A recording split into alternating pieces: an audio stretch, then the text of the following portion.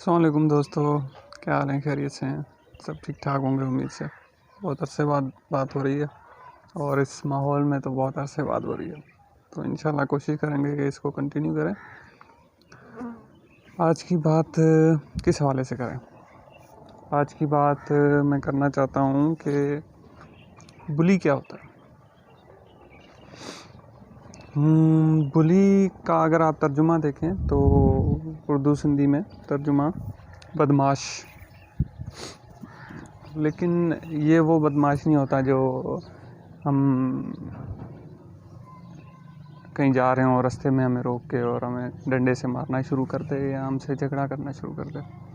یہ وہ بدماش ہوتا ہے جو جانے انجانے میں بدماشی کر رہا ہوتا ہے اور خود کو بھی نقصان دے رہا ہوتا ہے اور ہمیں بھی جو ہے وہ نقصان دے رہا ہے۔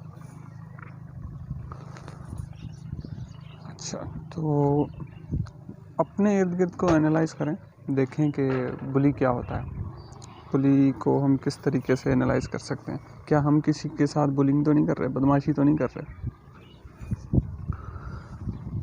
اچھا، تو کس طریقے سے اس کو انالائز کر سکتے ہیں؟ چھوٹا بچہ ہے، وہ ہاتھ میں کوئی چیز لے کے کوکومو کوئی کچھ بھی لے کے گھوم رہا ہے، ٹافی لے کے گھوم رہا ہے،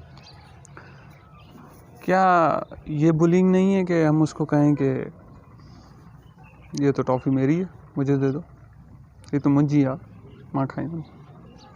اب چھوٹے بچے کی دنیا میں سب سے اہم چیز اس وقت اس کے ہاتھ میں جو ٹافی ہوتی ہے وہ ہوتی ہے۔ اگر اس کو لعنت دینا آتا ہے تو وہ آپ کو سب سے پہلے تو لعنت دے دے گا، دل میں تو دے گا ہی دے گا۔ گالی دینی آتی ہے، گالی دے دے گا، یا جو بھی اس کو ریٹیلیٹ کرے گا، یعنی آپ کو جواب دے گا۔ ہم کیوں ایسا ان کو مجبور کرتے ہیں بچوں کو کہ وہ آگے سے ہمیں جواب دیں؟ کیا یہ بلنگ نہیں ہے؟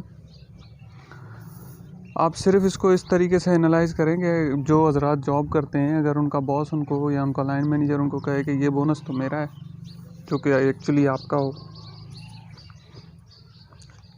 کیسا لگے گا آپ کو؟ کوئی آپ کا پارٹنر ہو جہاں پہ اس کا 50% کا شیئر بنتا ہے، وہ بولے نہیں تو 70% میرا ہے، بلکہ 100 کا 100 ہی میرا ہے۔ جو حضرات اپنی شاپ چلا رہے ہیں، وہ ان کو کوئی کہے کہ بھئی چیز تو تمہاری ہے لیکن قیمت ہماری ہوگی، بلکہ یہ تو چیز ہی میری ہے۔ تو اس طریقے سے اگر ہم کسی کو مجبور کریں گے جواب دینے پہ، تو ظاہر سی بات ہے کہ وہ آگے سے ہمیں جواب دے گا۔ آپ اس کی کوئی اہم چیز اگر آپ اس کو پش کریں گے، یہ میں نے بچوں کا مثال اس لیے دیا کیونکہ بچوں میں ہمارا یہ بہت زیادہ یہاں پہ سسٹم ہے کہ ہم بچوں کو مجبور کرتے ہیں جواب دینے۔